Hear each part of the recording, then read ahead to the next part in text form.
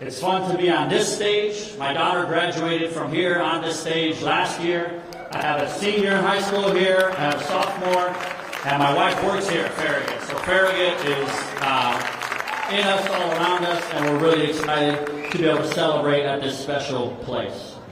Big shout out to Mr. Manavati, the principal here, and the Farragut team for opening up their doors for us. Well, like I said, today is about celebration. Today is about celebrating people, about celebrating peace, hope, empowerment, and opportunity. Today is about the belief that peace is possible in Chicago. Do we truly believe it? But building peace is not easy. We've lost too many lives in Chicago, and before we really begin, I want us to take a moment of silence for gun violence victims in Chicago.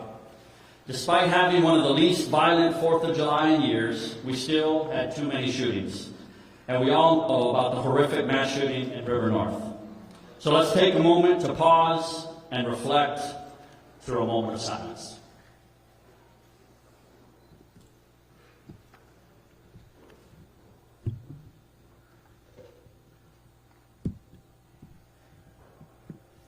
Thank you. CVI, which stands for Community Violence Intervention, is about engaging directly with those at high risk of shooting or being shot and connecting them to hope, healing, and opportunity. It's about getting them to put down their guns, get some treatment, go back to school, and get a job. Most important, they stop shooting and peace is built. It's about meeting them where they're at, seeing what they need, and acting. It's important, I was just talking with Vero from Enlace, it's important that all of our interventions are about meeting them where they're at and providing the needs, meeting the needs, providing the necessary response, whether mental health, job placement, and whatever that need is, walking with them. It's about walking together. And it's hard work. It's dangerous work. And it doesn't always work. But we believe that it's having a very positive impact on the city of Chicago right now. I know that it's having an impact here in Little Village because gun violence, shootings, and homicides are down 80% year to date last year. Let me say that one more time. Shootings and homicides are down 80% since last year in Little Village.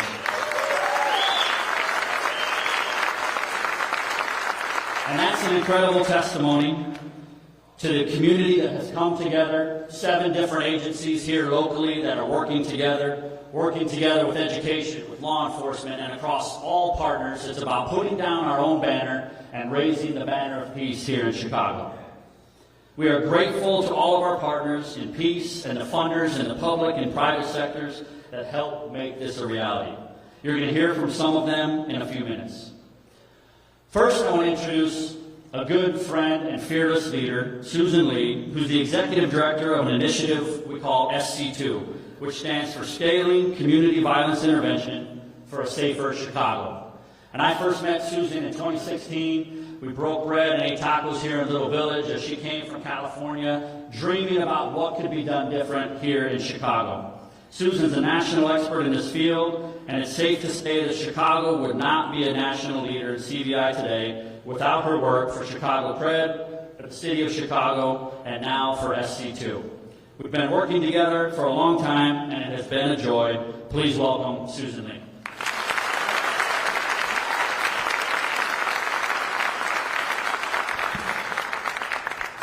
Good morning. Thank you, Matt. Chicago is indeed a national leader in CVI right now, and it's not something I think we would have thought of back in 2016. Right now, we are providing something like 24 organizations are serving nearly half of the city's 77 neighborhoods. In some of those neighborhoods, we are trying to go to scale and see if we can move from impacting individual lives to actually having community-level violence reduction. That is what SC2 is about. A growing body of research is showing us that we do make a difference with individuals, reducing their risk. They are less likely to get shot. They are less likely to be rearrested. That means that they are living more safely and staying out of trouble. Since we announced SC2 on February 1st last year, which kind of seems like a lifetime ago, at South Shore Cultural Center with the mayor, the governor, the business, and philanthropic communities, we are now scaling up in 4 neighborhoods: Austin, Humboldt Park, Little Village, and North Lawndale. And North Lawndale began 2 years before the other 3 in a separate pilot program, but now is part of SC2. 3 other communities are in the pipeline and working to improve capacity and quality of services: Inglewood, New City, and Garfield Park. You're going to hear from some of those CDI leaders in these communities in a little later in our panel. I do want to take a moment to highlight the numbers. Matt certainly emphasized the best story in Chicago right now, but gun violence has declined every year in Chicago since 2021. This year, in fact, shootings are down by about 40%, and homicides are down about 30%.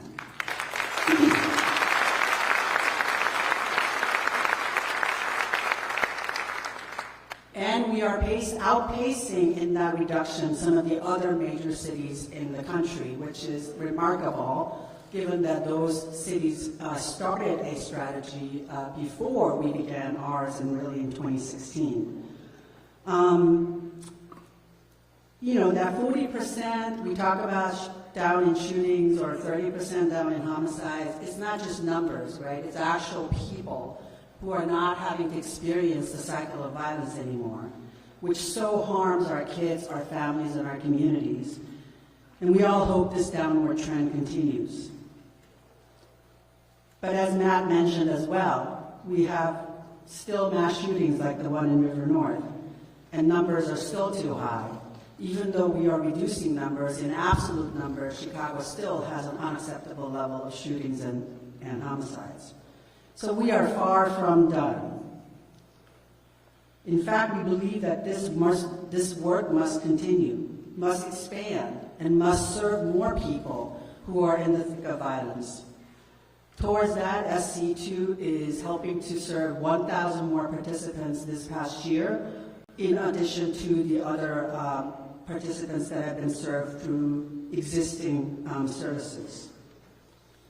Our goal is to see gun violence cut in half within 5 years from the modern peak in 2021, when we had over 800 and over 4,400 shootings.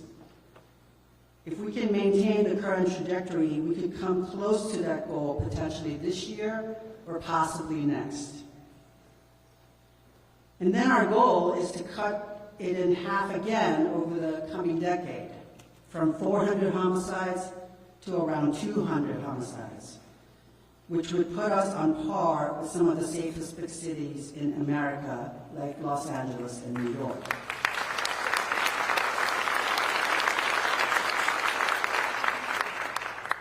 I think when I first came to Chicago, people really related the sense that this violence was an intractable problem, that there was not a solution. But we have within our reach the ability to become one of the safest big cities in the country. So give ourselves all a round of applause for doing the hard work to get us here.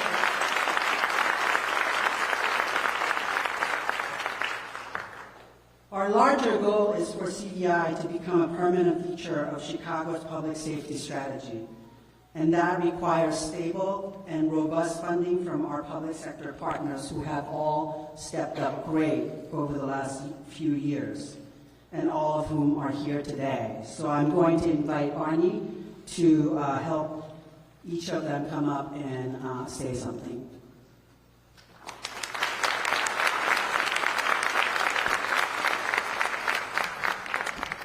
Susan, thanks so much for all of your leadership, and her strategic thinking has been just absolutely critical for us getting where we are today. A couple quick things, and there's dichotomies we have to understand both. We absolutely have to celebrate the success and the progress. In our 9 years doing this work, this is the best point we've ever been at, so that's remarkable.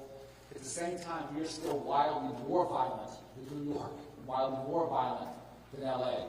And our neighborhoods are still desperately impacted, including this past weekend. So we can't be satisfied. We can't sort of stop now, but we think if we keep this momentum going over the next 3, 4, 5 years, we have a chance to truly make history here in Chicago. Now, I'm a little older probably than most of you. I was born in 1964.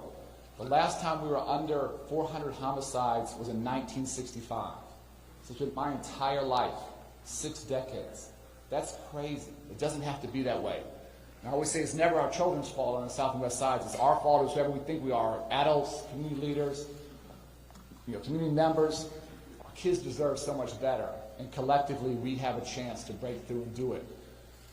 This work is humbling, it's incredibly difficult, it's exhausting, but to do it together, public sector, private sector, business community, philanthropic, community organizations around the city, I've honestly never seen a coalition like this, and as difficult as the work is, that's what gives me extraordinary hope. Because folks are putting their egos to the side, working together with huge urgency and huge humility to try and actually make history here in Chicago. So just to be a small part of this team, it's just the privilege of my lifetime, and I thank you all for your hard work. Before I bring up the mayor, just very quickly, Kathy Phillips, could you please stand up? Kathy, Kathy's led our...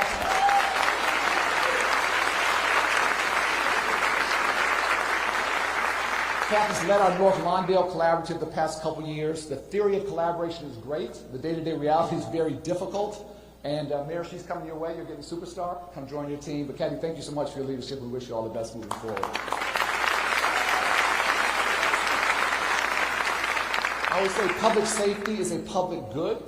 And to have the public sector actively engaged in trying to build this permanent public health infrastructure, it is critical. Philanthropic community is amazing. Business community is amazing. Civic committee is amazing. But they can't do this by themselves. And so starting to build this permanent public health infrastructure to give our men and our women, but primarily our men on the South and West Sides, an off-ramp from the lives they're living. And the police can't do this by themselves. We can't lock our way up out of this. We can't incarcerate our way out of this. We have to give people a chance to do something different. And being able to do that collectively, that's why these numbers are starting to change. It's my honor to introduce the mayor. This is not like a theoretical issue for him. This is very personal. One of the communities we're expanding in with SC2 is Austin. Mayor's lived there for how long? Two decades there. So this is not where he's looking from on high at what's going on. He's living in one of the neighborhoods most impacted by violence. Numbers are going better there, going the right way, but still a long way to go. Please give a warm welcome to Mayor Johnson.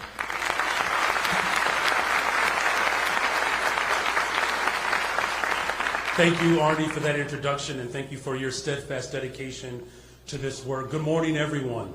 I'm thankful for all of you for your commitment in our endeavor to build the safest, most affordable big city in America. And we will do that, and we will do that together.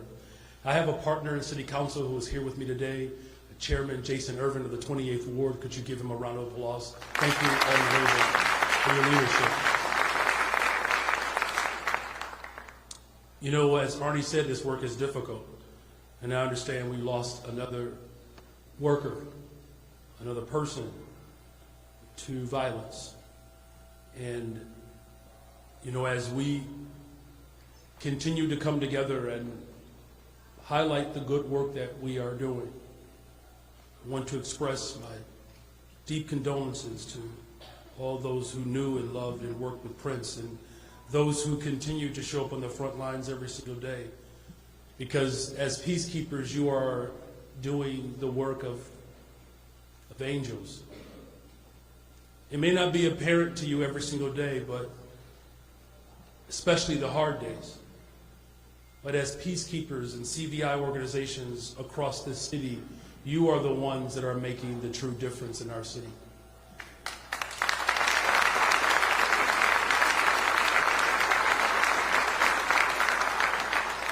And that is why gathering today, I want to make this emphatically clear that I'm going to announce that we are, as a city, committed to expanding CVI programs in our neighborhoods.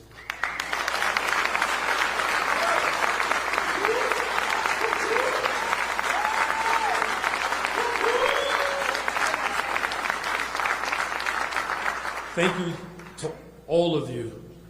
But the long-standing partnerships between law enforcement, CVI sector, the private sector partners, the city, the county, the state, all of these investments that we are making to address the root causes of violence in our communities.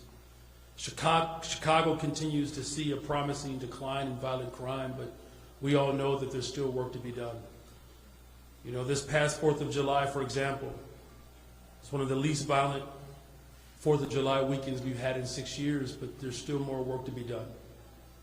And by no means are we celebrating the news, because this is really a matter of life.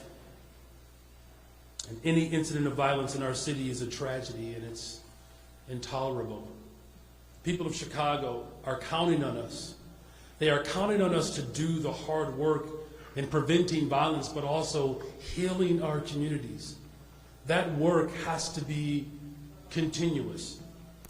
And with the decrease of violence that we are experiencing right now, we know that we have to continue to lean into the strategies and the investments that work.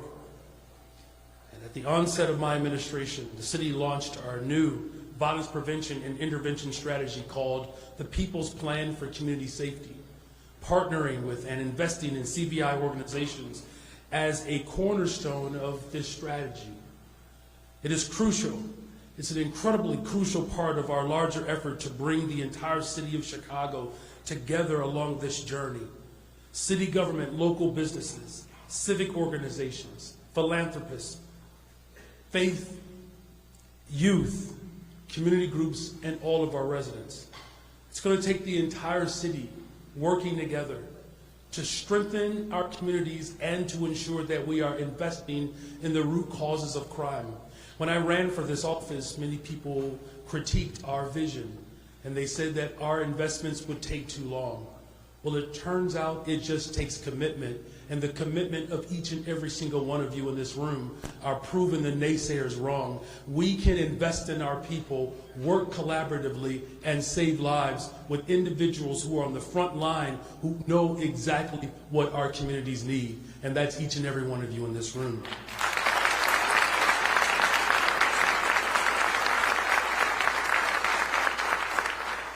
So we're going to continue to take our work block by block to address the points of need. And whether it means investing in new affordable housing to revitalize our communities, or whether it's the commitment to hire young people, which this year we have hired 29,000 young people across this city for summer jobs, a 45% increase since taking office. I look forward to all of the work that we're going to do together to continue to sustain and grow our communities. It's going to take some time to see the safest, most affordable big city in America to come to complete fruition. But with this partnership, I know we will get there. We'll get there together. So to everyone in this room that's providing the growth, CVI programming, making it possible for people to see themselves in these positions, thank you for believing in the promise of this work. And to everyone who is contributing to the decline of violence, thank you for your hard work. It is truly an honor to serve the greatest freaking city in the world, the city of Chicago. Thank you very much.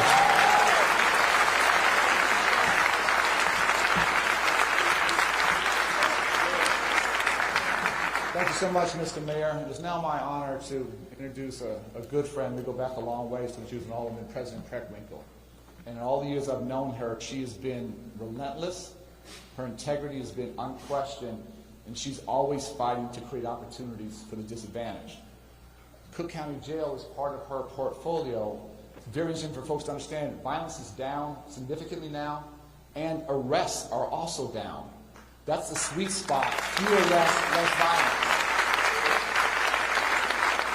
Her goal has never been to fill up Cook County Jail to its maximum. Her goals have been to get people out of there and back into the community, being the husbands and the fathers and the community leaders we need them to be.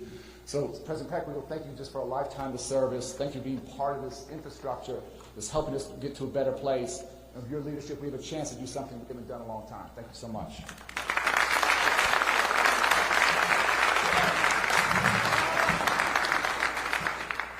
Good morning, everybody. I'm grateful to be here among so many people working to build a safer Chicago at Cook County. I want to acknowledge Commissioner Alma Anaya, would you stand please, who's with us today. And thank Alderman Jason Urban, who's already been recognized. Thank you very much, Alderman. All of us envision a future where the safety of you and your families doesn't depend on your zip code. It's a future where community violence intervention work is a permanent and central part of how we keep our communities safe, not a one-off initiative. We're working across sectors to realize this vision. We're working together strategically and intentionally to invest in the safety of communities most impacted by the gun violence crisis. In 2021, Cook County saw over 1,000 gun homicides. It was a level of tragic loss that we hadn't experienced since the 1990s. And we weren't alone. This was part of a nationwide spike in violence across many big cities. Today, I'm happy to report that this year, gun homicides in Cook County are down 45% from 2021.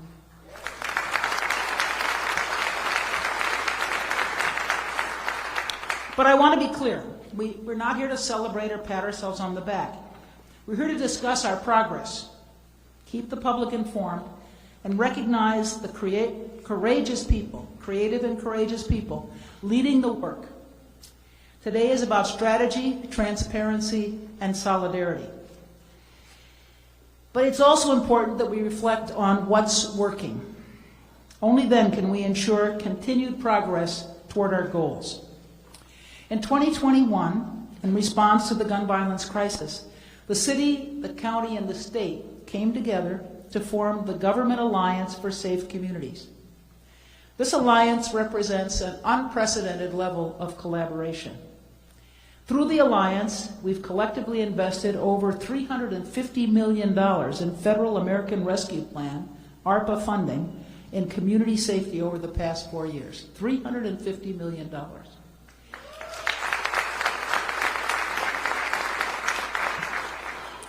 As a result, government grant opportunities and data collection are better aligned. Government leaders meet regularly with the community organizations that we fund. We share feedback. We talk honestly about what's working and what's not working. Our focus is on responsive community building for community organizations. We're working together to make the most of local public funding, especially as we navigate a hostile federal landscape. Through this work, we've developed a new model for tackling our biggest challenges. This collaboration is building a strong, cohesive community safety ecosystem. And the evidence of that strength is right here in the auditorium today. This level of coordination takes time and commitment, but working together is the right way. And it's also the only path to sustainable change. You can't break cycles in silos. I'm going to say that again. You can't break cycles in silos. I also want to emphasize that this collaboration does not stop with government. Thanks to our SC2 coalition partners, we're scaling our violence intervention strategies to meet the ongoing needs of communities most impacted by violence. Cook County and our government partners are deeply grateful for this cross-sector support and engagement. Together, we're making progress toward long-term community safety. Community violence intervention, or CVI, is a vital part of that progress. This year, we've lost many community members to gun violence. Each loss is a tragedy. But we're also seeing a significant reduction in shootings and homicides. There are many factors likely contributing to the decline. Research on these trends is ongoing, but it's a fact that we've responded to this gun violence crisis with unprecedented levels of investment in community violence intervention. And we know that researchers, experts, and people from the communities most impacted by gun violence agree. CVI programs reduce crime and violence. CVI works. That's why we're pressing forward and working to sustain and scale this model that's quite literally saving lives. Next week, Cook County will announce $25 million in grant awards under two complementary initiatives, Cook County Community Violence Intervention Grants, and wraparound services for survivors of gun violence. These grants build on more than $100 million in community safety investments that Cook County has made over the last 3 years. These investments focus on supporting those closest to gun violence, and they're part of our larger community safety investments, which includes addressing reentry and gender-based violence. More grant opportunities will be announced later this year. We know that this is a very challenging time for community-based organizations. It's also a very challenging time for local governments. You're navigating a perplexing funding landscape while providing life-saving services in the community. We stand with you and we're very grateful. To all the people working on the ground, to the outreach workers, case managers, and victim advocates, thank you, thank you, thank you.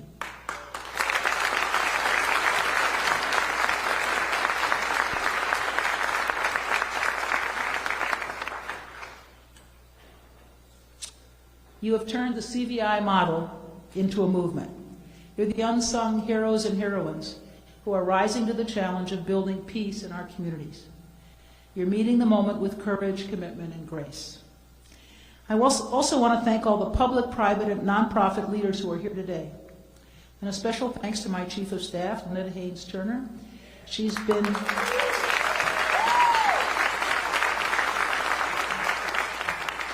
instrumental in driving the work of our Government Alliance.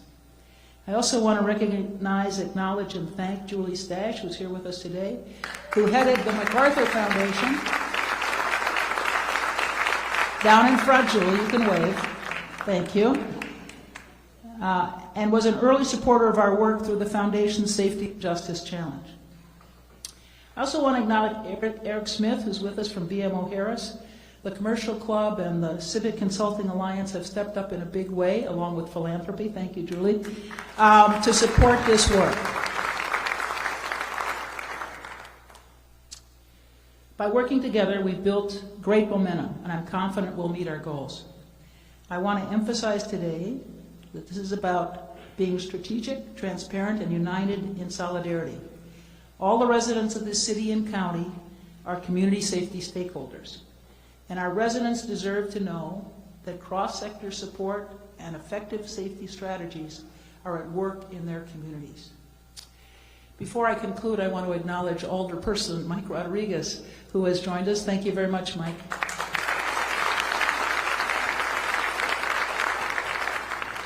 And thank you all again for your great work.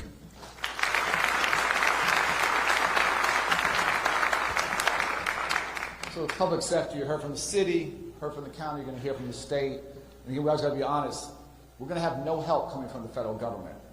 They want to see us kill each other. They want to see chaos. They want to see mayhem. And so we're all we have. The cavalry's not coming. And it's up to us to be as smart, as collaborative, as committed as we can to try and make this history despite that opposition. Not going to come from there. The state has been just simply a remarkable partner. We took a very risky, honestly, pilot program that we funded privately, not to hire just outreach workers, but to hire guys who still have at least 1 foot, maybe 1.5, maybe 2 feet, still in the streets to keep peace on their blocks. Very controversial, very risky. Fortunately, we've lost too many of our peacekeepers there. But giving them a chance to be part of the solution rather than part of the problem has borne unbelievable results. And prior to the big reductions this year, before the big reductions, on their most violent blocks in the city, violence was down 41%, which was leading to a 31% reduction in the communities they serve. We now have over 1,000 men and women, many younger, who would be locked out of the traditional economy, where people would never look at them. They're now employed to help keep their blocks safe. We took that small pilot program because of outside research from Northwestern that verified the impact. The state came in and took a small pilot to an entirely different scale. And that, for me, is like the beauty of this, that private sector innovation can lead to public sector investment and scale. And it takes something on a few neighborhoods, on a few blocks, with certain guys to go over more than 100 blocks year-round, over 1,000 men and women now working to keep the neighborhood safe, That's an important piece of this puzzle. And there's no way we'd be seeing these kind of reductions without that help. So to our Deputy Governor, Grace Hill, thank you so much for your leadership, you and the Governor. Taking that risky bet is not easy for government to do. You guys have done it impeccably well. Thank you so much.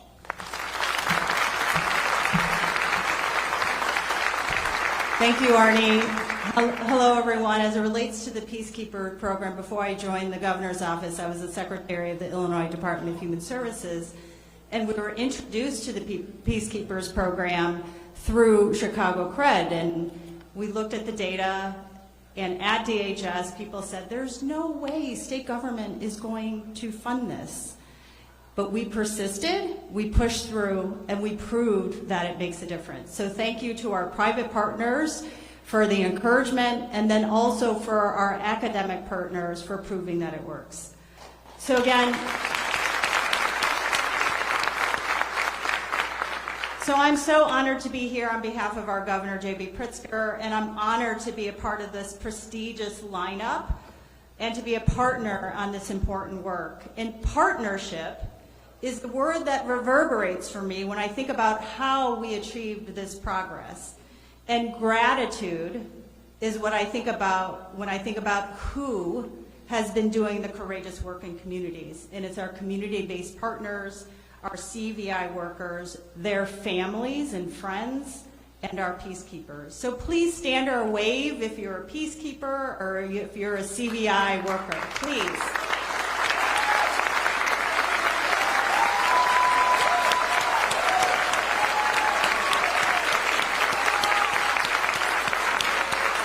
Thank you.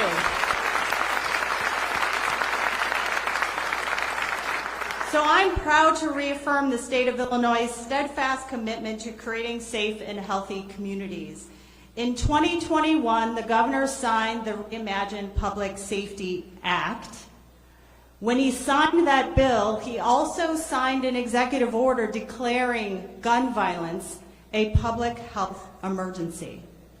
Since that time, the state of Illinois has invested over $400 million in CVI work and youth programs, and $116 million is devoted to that ongoing effort in this coming fiscal year.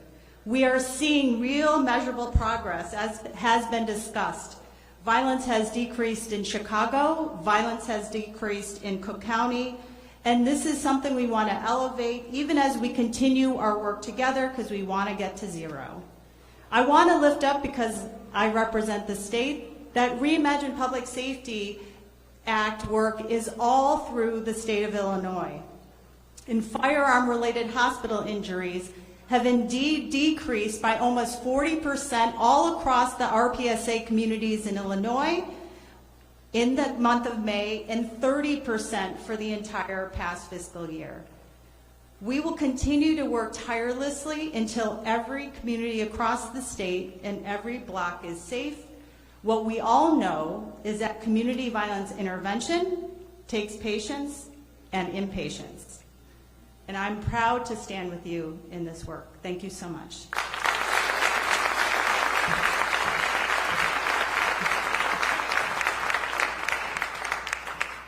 Thank you, Grace. You know, I've done this work nationally and between the East and the West Coast and in the middle. And Chicago is the envy from lots of jurisdictions for the alliance that you see at the stage today. The public sector, business, and philanthropy all sort of rowing in the same direction. This is not something you find anywhere else in the country at this moment. So I am really proud to introduce Esther, who is the Executive Director of the Partnership for Safe and Peaceful Communities, which really began this momentum of us building the best CVI infrastructure in the country. And again, recognize Julia Stash, who is one of the founding members of PSPC. And had PSPC not taken that leap of faith and courage to make that initial investment, we would really not be here. So I welcome Esther. The other really important partner here is business. Again, business hasn't traditionally been involved in violence reduction, certainly not CVI, and we have them showing up in a big way. And the business sector is represented by Eric Smith, who is the vice chair of BMO and co-chair of the Civic Committee's Public Safety Task Force, which has been supporting CVI and police reform while also developing strategies to hire from and invest in the communities plagued by gun violence. So I welcome them to come and say a few words.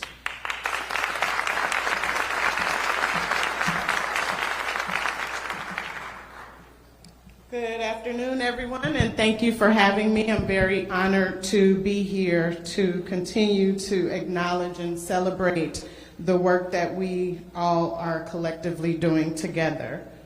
Nearly 10 years ago, the philanthropic community came together through the creation of a multi-part agenda and holistic approach, began building a network of organizations to directly reduce gun violence and to build evidence of their effectiveness. 10 years later, from 2016 to now, we are now part of a 70-plus member coalition, unlike anything we have seen in Chicago or across the country, with investments in the public safety ecosystem topping over $200 million over this past decade.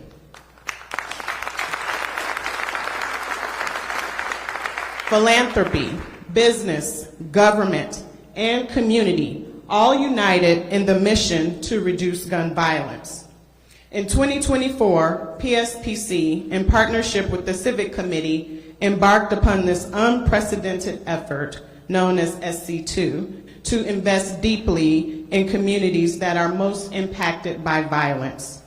Collectively, through our joint effort, we were able to succeed in our goal of raising $100 million. This huge milestone lays the foundation to help bring CVI to scale in communities where it is most needed, and as Susan and others have stated, to make CVI a permanent feature in Chicago's public safety strategy. While we know that SC2 is not the single answer to creating safety, we want to acknowledge that our efforts are but one part as we work on and advocate for strategies that include effective policing, better gun policies, more investments in high-risk young people, and community building initiatives that activate safe spaces and create community cohesion. Through one of our strategies known as the Chicago Fund, this summer alone, we were able to award $1.3 million in advance of Memorial Day to 227 grassroots organizations working in 24 community areas across the city to lead projects focused on youth engagement, wellness, arts, and neighborhood connectedness. This is the work of PSPC. This is the work of our partners. But what we know is that it does not stop there. Today we acknowledge that violence is down, yet we know that there is still harm and lives lost due to gun violence. This is not something we can easily move past. So no, we are not done because we know that it will take much more. And going forward, we are determined to continue our efforts, collaborate, and support communities doing the hard work on the ground to demonstrate that effective violence reduction strategies do work.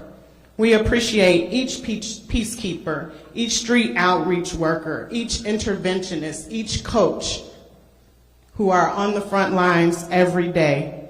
CVI works, and we need each person here to remain committed to saving lives and creating safe and peaceful communities. Thank you again for having me.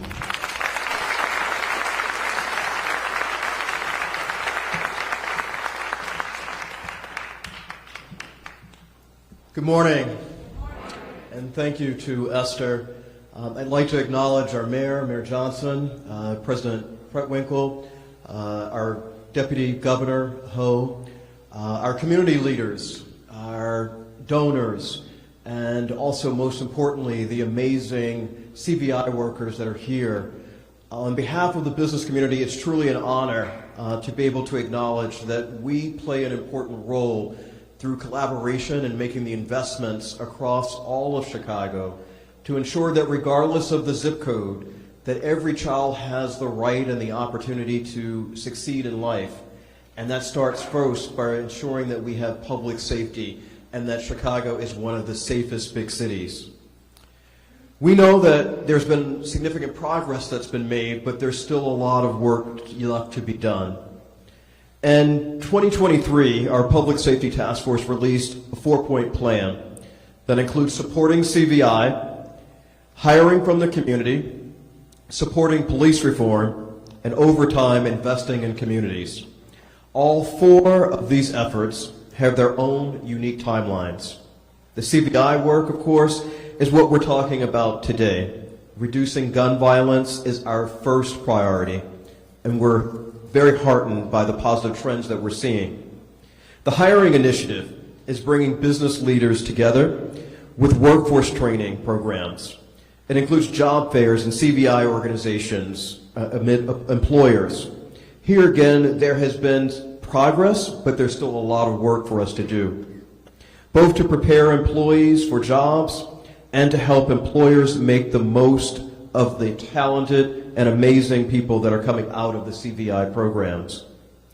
Our work with the Chicago Police Department has 2 major steps as part of that. First, we want to make sure that we can support CPD, and we're conducting a major workforce allocation study as part of that effort. And in partnership with the Crime Lab, we've launched a major training initiative for mid-level police officers. I also want to give a special thanks to the Su Ling Jin Foundation for their generous support and funding this work. As all of these efforts begin to bear fruit, the community investments will also follow. As a first step, we're starting to identify promising business opportunities and what our mayor commonly refers to as high-promise neighborhoods, just like Little Village. I also want to highlight something that we just announced, and that's a new data dashboard that's been created by the National Opinion Research Center that combines crime trends with other criminal justice data, public sentiment, and community data to ensure that we have transparency around the trends that we've just highlighted. It will keep us, our members, and our partners and the public fully informed about all of the work that is underway. As business leaders, we understand that a safe city is the foundation of a strong and growing economy, and we have our steadfast commitment here as part of that effort. Thank you.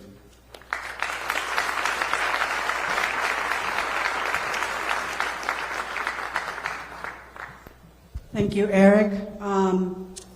SC2 is an ambitious initiative. It is like an initiative that hasn't happened before. There's no playbook here. And there is a team behind doing this work. And so I just want to acknowledge the very small but lean but very efficient team that is working on this. So if you are SC2, either the central member organization or community folks who are involved in it who also have a heavy lift of doing things differently, please stand and be recognized.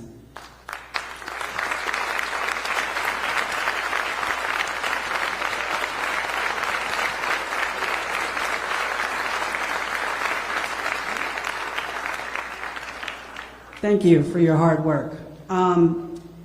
So SC2 would not exist without the infrastructure that has been built over the last 9 years.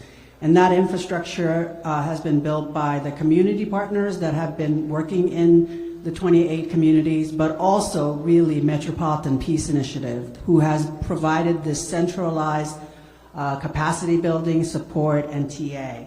And they are also a partner in the implementation of SC2. So I'm going to invite Dominique McCord. She always calls me on not saying her name right, so I'm going to call her McCord, MPI's Chief Program Officer, to come and share a little bit about the rest non-SC2 areas as well as their partnership in SC2.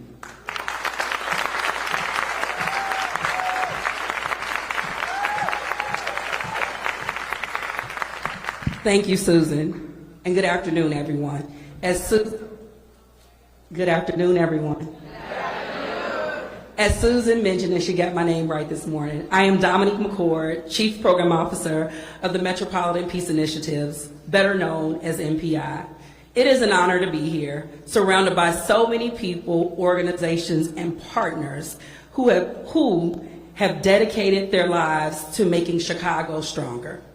When MPI was first invited to help shape SC2, we understood the weight of what was being asked. This work is not easy, but it is essential, and it is worth every effort. For those who may not know, MPI is a strategic partner supporting Chicago's community violence intervention ecosystem. We are both partners and practitioners as conveners. On the one hand, we provide direct services such as behavioral health, workforce, legal aid, and training through the Metropolitan Peace Academy.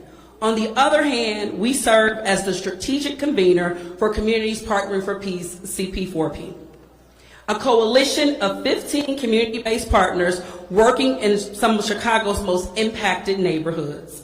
Together, this work reaches people at its highest risk of shooting someone or being shot, and we help them to choose a different path. We connect them to trauma-informed and holistic supports that strengthen their voice and choice.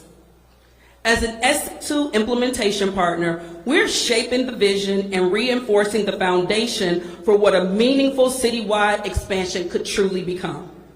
We are called upon to help train the workforce, increasing hiring, training, and promoting retention to the folks who are at the foundation of this work: peacekeepers, outreach workers, case managers, and victim advocates. This is something we've refined over the years at the Metropolitan Peace Academy, MPI's renowned training center that prepares and supports peace builders in the CVI field. To date, the Academy has trained over 700 individuals.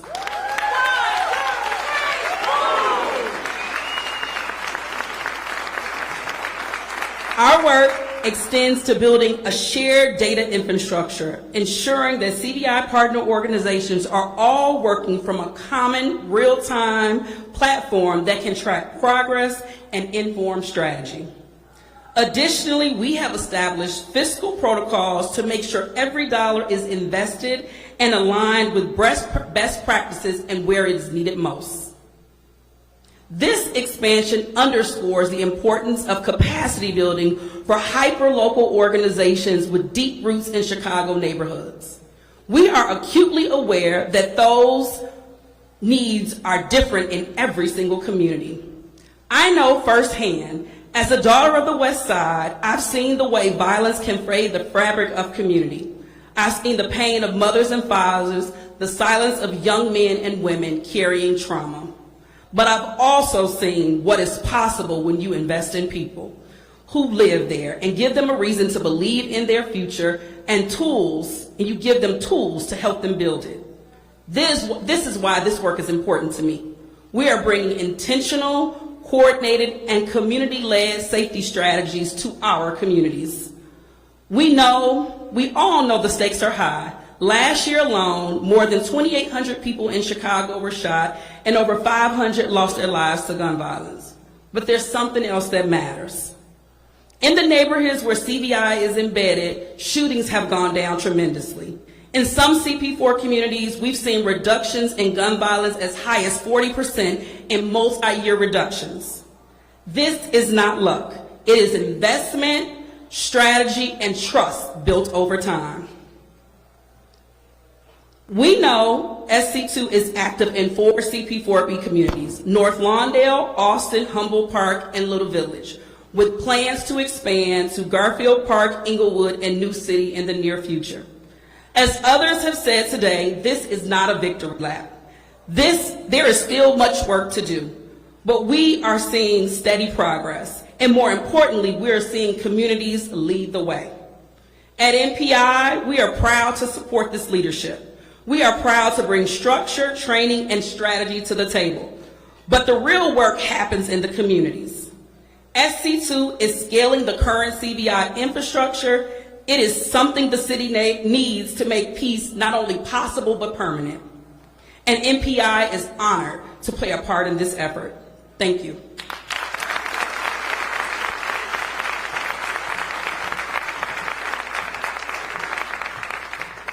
Whenever we do these events, I think it's vital and important to hear from the people on the ground doing the work. Now I want to give a quick shout out to my team, George Roque, Benny Estrada, Major Emmanuel C.A. These three leaders have been doing this work for over 30 years, and it takes long-term commitment and investment. But I'm proud to be able to introduce you now to our local SC2 director, someone who's been a leader, who's a voice of positivity and hope and faith, Mr. Aaron Rivas.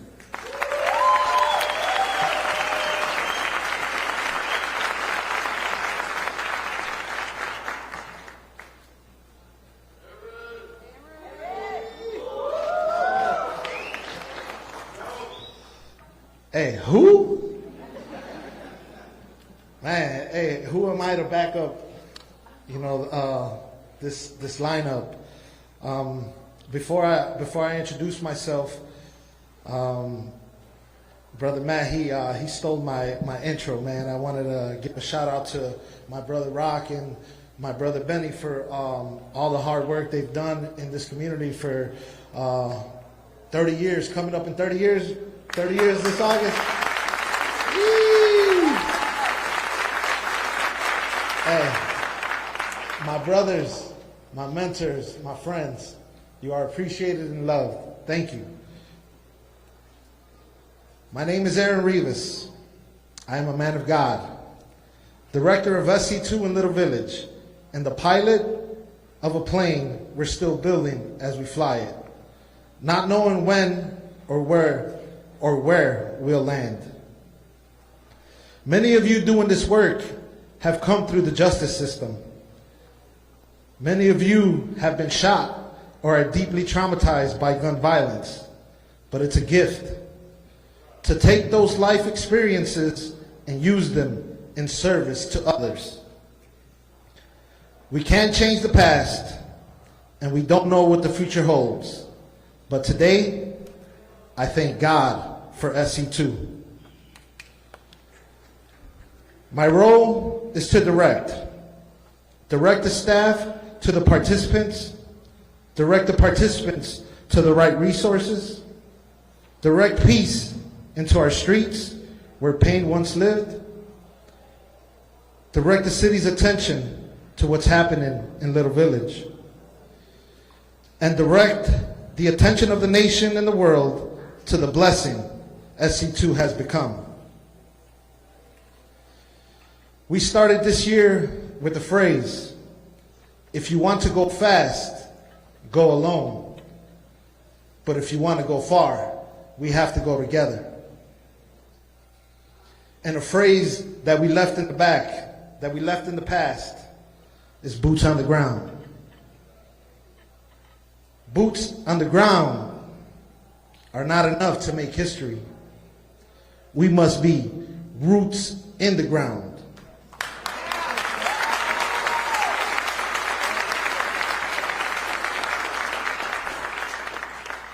Rooted in the community and rooted to the cause of saving lives and reducing gun violence. We ask participants not to join this program for the income, but join it for the outcome. We hired new staff and new pillars, not so they can make money, but so they can help us make history. And now, I stand as an advocate, not in a courtroom or at a funeral home, but here at Farragut High School, on the southwest side of Chicago, in the Little Village community, with the energy of joy and not of sorrow. So let peace ring loudly in our streets, for God has answered our prayers, and it's called SC2.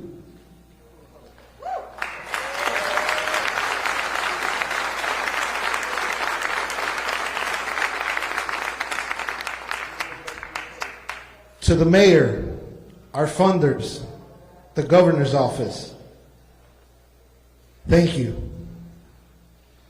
To my colleagues, the pillars, the Little Village community, but most important, to the peacekeepers and to the young souls and the young hearts that are here today.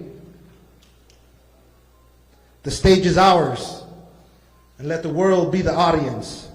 For this moment belongs to you.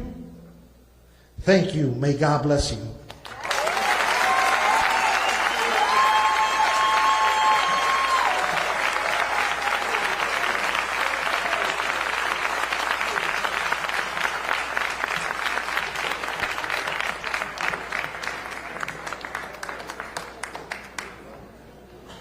All right, I don't want to stand in between you and the lunch boxes outside, but we do want to hear from the folks who are actually moving SC2 forward in the neighborhoods. And